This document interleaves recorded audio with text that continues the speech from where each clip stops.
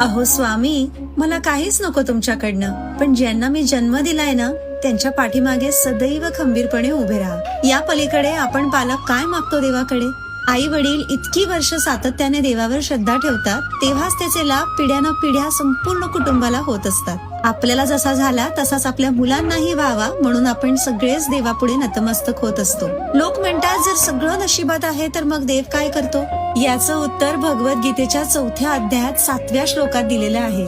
श्रीकृष्ण सांगतात की कर्म, अकर्म आणि विकर्म याचा गुढ फार खोल आहे. नशीब म्हणजे भूतकाळात पेरलेलं बीज असतं, वर्तमान म्हणजे आता उगवलेलं झाड आणि कर्म म्हणजे आपल्या भविष्याचा पाया असतो. त्यामुळे देव न्यायाधीश असतो. तो नियम बनवतो, पण पेपर आपणच लिहितो आणि तो पेपर म्हणजे आपले कर्म असतात. आपला अध्यात्म आपल्या वागण्यातून आणि प्रत्येक कृतीतून दिसत असतं. देव बाहेर कुठेही नसून आपल्या अंतःकरणात वास करत असतो आणि हे